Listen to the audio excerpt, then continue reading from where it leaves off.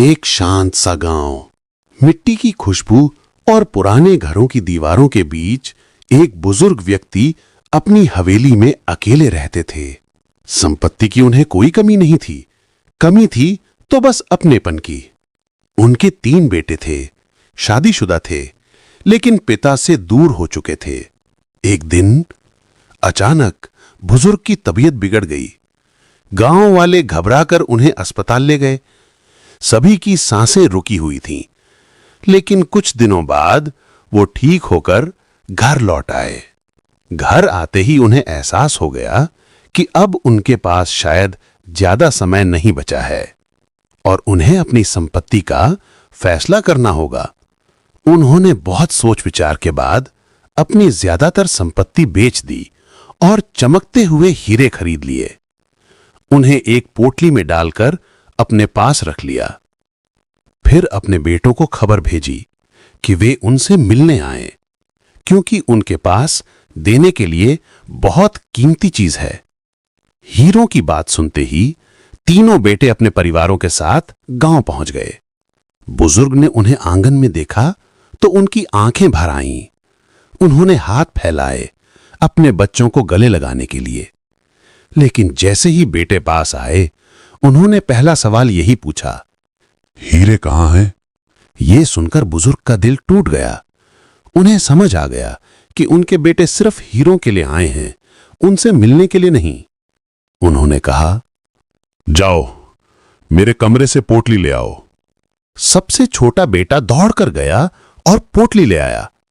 सभी की नजरें पोटली पर टिक गईं। बुजुर्ग ने कांपते हाथों से पोटली उल्टी की, लेकिन उसमें से हीरे नहीं, सिर्फ पत्थर के टुकड़े गिरे। बुजुर्ग घबरा गए। मेरे हीरे कहां गए? कौन ले गया मेरे हीरे? पूरे घर में ढूंढा गया पर हीरे कहीं नहीं मिले। तभी गांव का एक नाई बोला, बाबूजी, चिंता ना करें, सच पता लगाना मुश्किल नहीं है। सबने हैरानी से उसकी ओर देखा। नाई बोला, मेरे पास ऐसा तेल है जिसे आंखों में लगाते ही झूठ बोलने वाला तड़प उठता है और सच बोलने वाला शांत रहता है। किसी को विश्वास नहीं हुआ। नाई ने गांव के एक पुराने चोर को बुलाया, तेल लगाया और पूछा, पहले जो चोरी हुई थी, क्या वो तुमने की थी?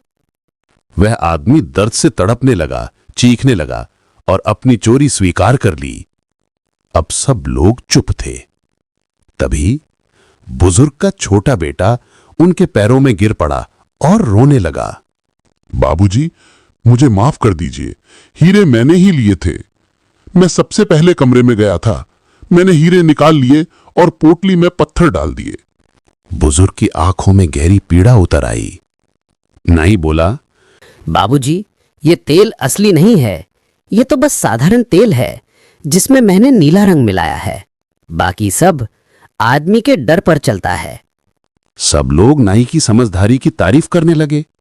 बुजुर्ग ने पोटली से कुछ हीरे नाई को दे दिए, बाकी हीरे अपने बेटों को सौंप दिए।